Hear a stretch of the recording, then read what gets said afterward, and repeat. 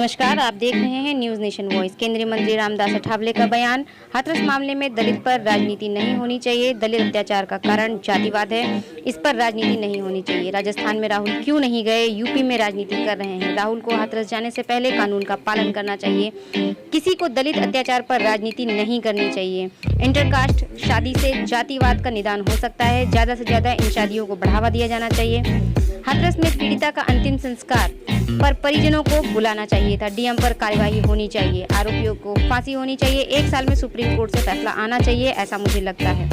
हमारी पार्टी ने दलितों पर हो रहे हमले के विरोध में पूरे देश में आंदोलन किया है। जातिवाद को खत्म करने के लिए प्लान बनाना चाहिए। दलित सवर्णों को जोड़ना चाहिए। हम सवर्णों के साथ दोस्ती करना चाहते हैं। हाथरस मामले में सीबीआई इंक्वायरी भी होनी चाहिए। सीएम योगी से बात करने वाला हूँ।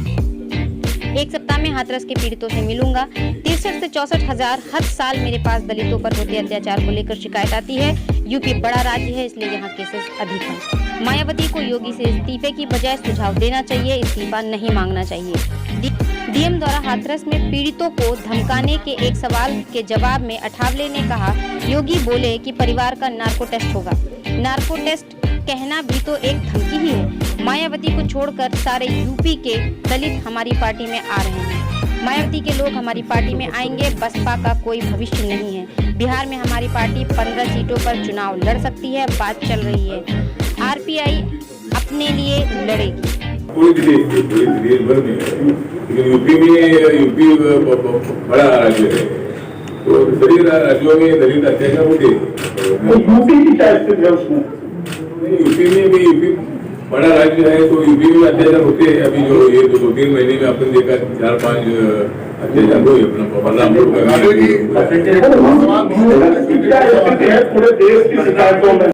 लेकिन जिस तरह अभी आप लोग है, आप लोग नॉन दलित हैं, मैं दलित हूँ, तो हम सब लोग एक साथ। मैं भी दलित हूँ।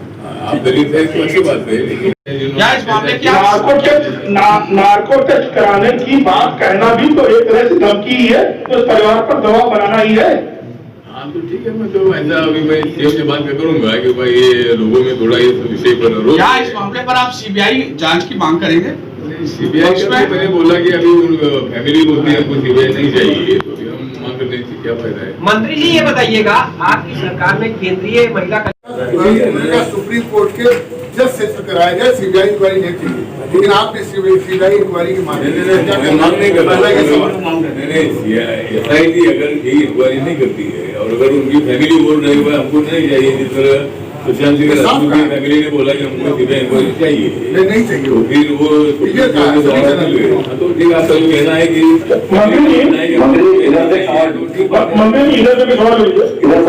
लेकिन अमित शाह साहब को एक पत्र भेजा है कि जो फिल्म इंडस्ट्री में ड्रग का मामला चल रहा है, तो ड्रग पीने वाले, ड्रग लेने वाले जो लोग हैं, लेने वाले, देने वाले, लाने वाले जो लोग हैं, उनको फील्ड में काम नहीं देना चाहिए।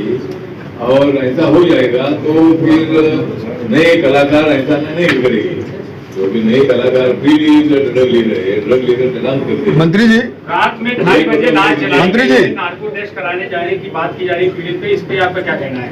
कहीं न कहीं पीड़ित को संदेह के घेरे में लिया जा रहा है, इसलिए उसको नार्को टेस्ट कराया जाएगा। ये मैं अभी सीएम से बात करूंगा, लेकिन अभी एसआईटी की इंक्वायरी में शायद मंत्री जी मार्च में पूरे देश में लॉकडाउन हो गया। मंत्री जी करने का कोई फायदा नहीं है। मतलब जो अपोजिशन वाले लोग हैं उनका नार्को टेस्ट होना चाहिए। फैमिली के बारे में जो मालूम नहीं है, अगर होता है तो मैं मुख्यमंत्री से बात करूँगा।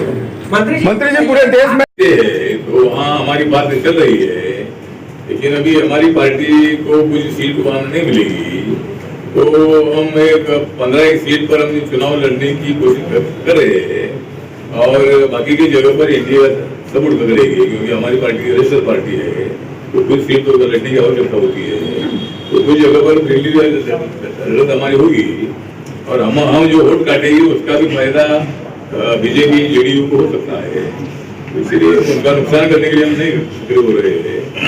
आरपीआई को कुछ सीटों पर खड़ा रहना चाहिए, इसीलिए हम 15 सीटों पर लड़ेंगे। सर एक सवाल इंटरकास्ट मैरिज को बढ़ावा देना चाहिए, आपने कहा है, क्या है? आपको हिंदू और मुस्लिम अगर शादी होती है तो उसको इंटरकास्ट नहीं बोला जाता है, उसको इंटर रिलीजन बोला जाता है।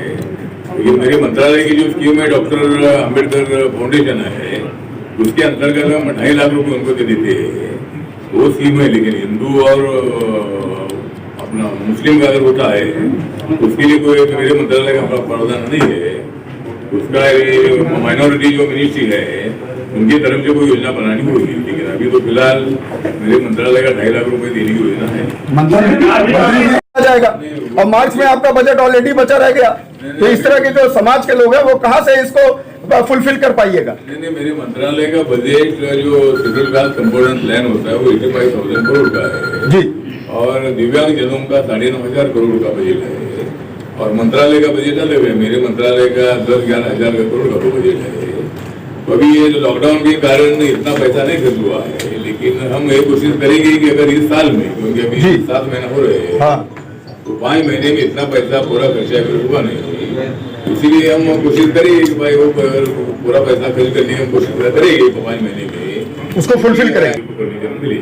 लेकिन जो संख्या देश में दलितों की है, तो क्या आप इतना कम बजट है तो क्या इसको बढ़ाने के लिए केंद्र सरकार से आप नहीं कहते? वो हर साल बढ़ता है। अभी हमने तो कोशिश करने के बाद इस साल का बजट 85,000 करोड़ का है, और हमारे मंत्रालय का बजट में बोला 10,000 करोड़ नहीं के पैसा हुआ, और दिव्यांग जन का बजट 60,000 है, तो वो मतलब 1 लाख 5,000 के ऊपर होगा टोटल बजट। तो इसी तरह मतलब हम हर साल बजट बढ़ा दी, इस साल में हमने अच्छा बजट बढ़ाया है, लेकिन लॉकडाउन के चलते खर्च नहीं हो पाए।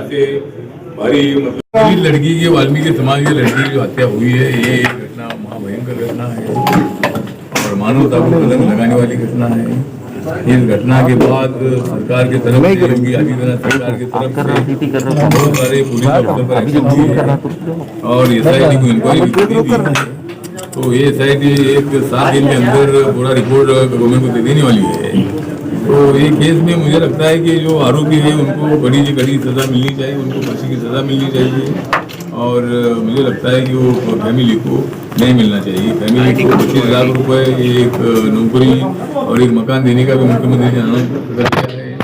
मुझे लगता है कि मैं भी जब उधर से जाऊंगा तब मैं भी हमारे पार्टी की तरफ से कुछ मदद नहीं करने वाला। मंत्री जी, आपका क्या सुझाव? आपने कहा आपको पता ही नहीं वाला इनका है ना। सर, मायावती जी CBI जांच की बात कह रही हैं, योगी जी का इस्तीफा मांग रही हैं। मुझे लगता है कि मायावती राजनीति कर रही है। मायावती को योगी आदित्यनाथ जी का मांगने का कोई अधिकार नहीं है, और वहाँ CBI इंक्वायरी की मांग मायावती कर रही है, लेकिन SIT इंक्वायरी वहाँ मजबूत इंक्वायरी हो रही है, और वो फैमिली का कहना है कि हमको CBI इंक्वायरी नहीं चाहिए। तो मुझे लगता है कि मायावती ने बोलने से कोई फायदा नहीं है। लेकिन इस पर मैं मुख्यमंत्री साहब को जब मुझे अभी टाइम मिलेगा तो मैं उनसे बात करने वाला हूँ। लेकिन अगर उन फैमिली का ही कहना है कि हमको CBI इंक्वायरी नहीं चाहिए, तो फिर वो CBI इंक्वायरी करने से फायदा नहीं है। राहुल गांधी जी, प्रियंका गांधी जी हाथरस के लिए निकले थे, पुलिस से जिस तरह की धक्का मुक्की हुई, गिर गए, पूरे प्रकरण को कैसे देख रहे हैं? आज दोबारा वो जाना है। मुझे लगता है कि जो अगर वहाँ परमिशन नहीं था, 144 कलम लगाया था, तो राहुल गांधी ने, प्रियंका गांधी ने नहीं जाना चाहिए था, और वो गए तो पुलिस ने उनको रोका है, क्योंकि वहाँ किसी को भी जाने का परमिशन नहीं था।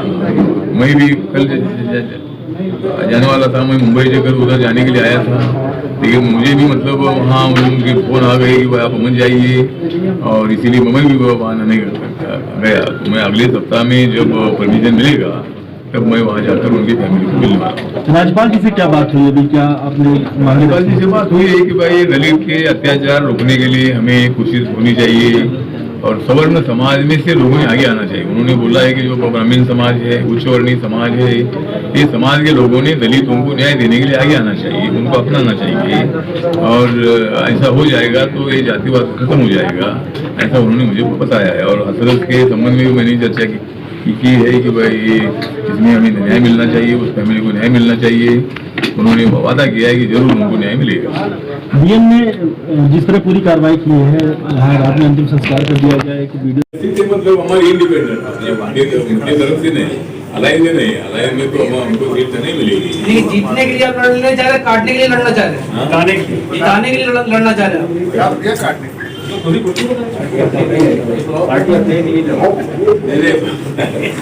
पार्टी अपने लिए लड़ रही है, हमारी पार्टी रजिस्टर है, उसका कोई एनडीए को ज्यादा नुकसान नहीं होगा। नहीं, बहुत कमजोर समझ रहे अपने आप को वहाँ पर। नहीं, कमजोर नहीं है, जो हमारी पार्टी कई जिलों में है, कमजोर तो नहीं है, लेकिन भविष्य में हमारी पार्टी और भी तगड़ी हो जाएगी। Thank you.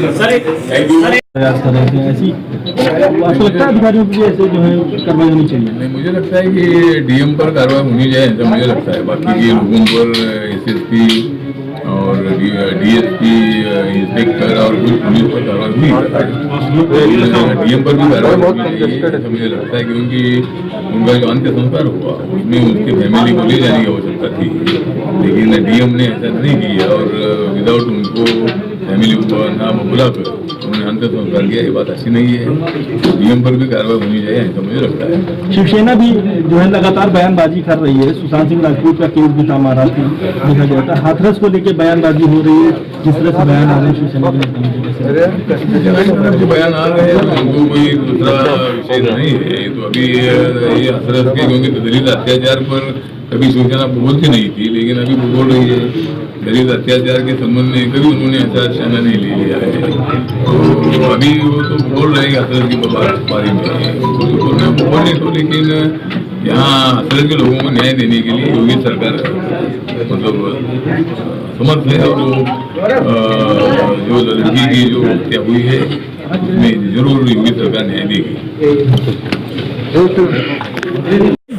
सरकार ने अत्याचार को माना है दलितों पे, और मुलायम सिंह यादव की सरकार में भी अत्याचार को माना है।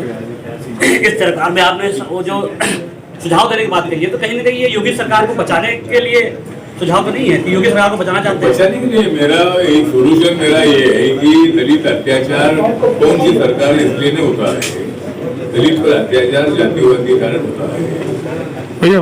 कोई भी सरकार हो, हर सरकार में अत्याचार होता है, इसलिए योगी सरकार को बचाने के लिए नहीं है।